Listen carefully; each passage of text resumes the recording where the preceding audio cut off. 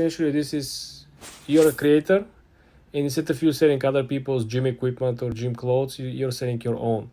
So let's say you found someone in China or elsewhere who can, manufacture a large amount of goods and can ship the goods and has a facility and can expedite and ship all the items.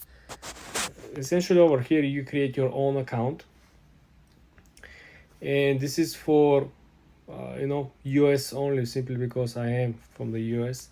But you can essentially switch to other countries, and currently this is what is available.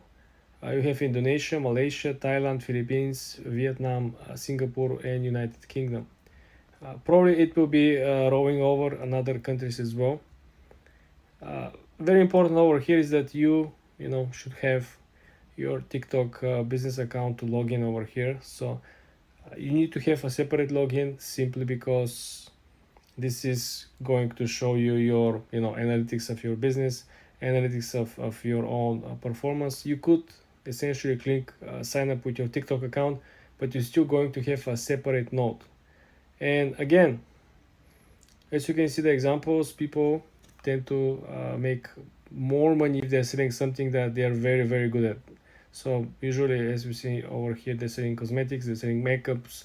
I don't know why it's only women's on the example, but there's some success stories. Someone who got over 1.5 million views, and he had 15,000 orders, and he made live. We're talking about live sales over $350,000. Again, this is sales, guys. This is not profit. Again, this is just the revenue. I think it's worth trying, especially if you're like this one of these creators who are really making tutorials about how to do makeup, how to lose weight, something that is connected with activity that people can really see you trying it or see you using it, so you will be able to sell more.